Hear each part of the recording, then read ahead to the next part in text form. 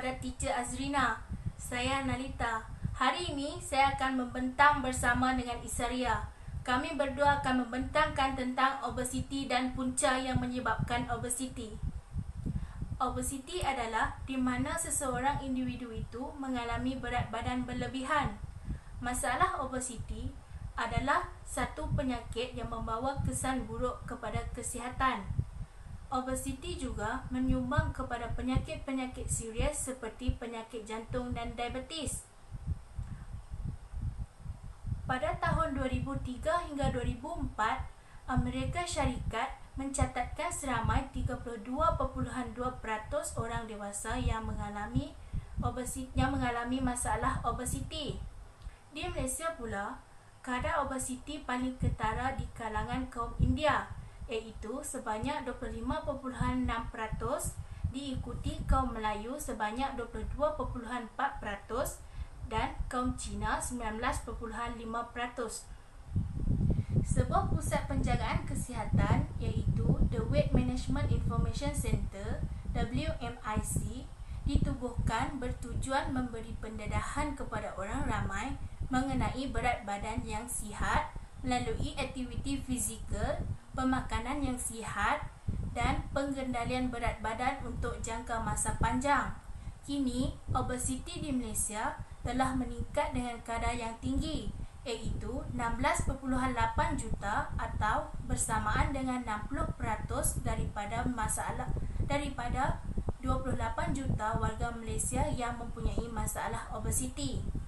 Malaysia adalah negara yang mempunyai kadar masyarakat yang mempunyai masalah obesiti yang tertinggi di kalangan negara-negara Asia Tenggara.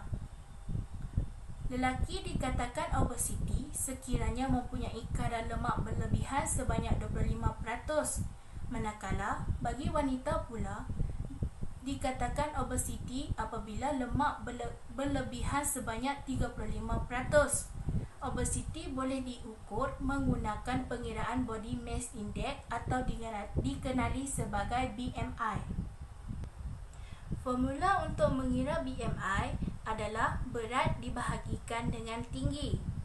Obesiti berpunca daripada amalan gaya hidup yang tidak sihat, pemakanan yang tidak seimbang, ditambah pula dengan tidak suka bersenam. Selain itu, kesibukan bekerja, banyak menghabiskan masa di depan komputer, pertumbuhan restoran makanan segera yang tinggi turut menjadi faktor yang menyebabkan obesiti.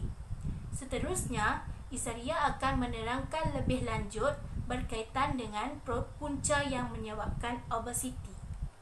Pada zaman sekarang, faktor makanan adalah punca utama berlakunya obesiti. Pengambilan kalori yang terlalu banyak daripada pemakanan seharian seperti makanan segera dan minuman berkarbonat merupakan penyumbang utama kepada obesiti.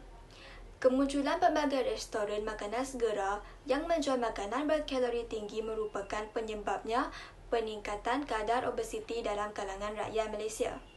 Punca utama obesiti adalah disebabkan ketidakseimbangan pengambilan dan penggunaan tenaga. Hal ini terjadi kerana seseorang individu mengambil makanan yang terlalu banyak tetapi tidak melakukan senaman. Sekiranya tabiat ini berterusan, berat badan akan meningkat.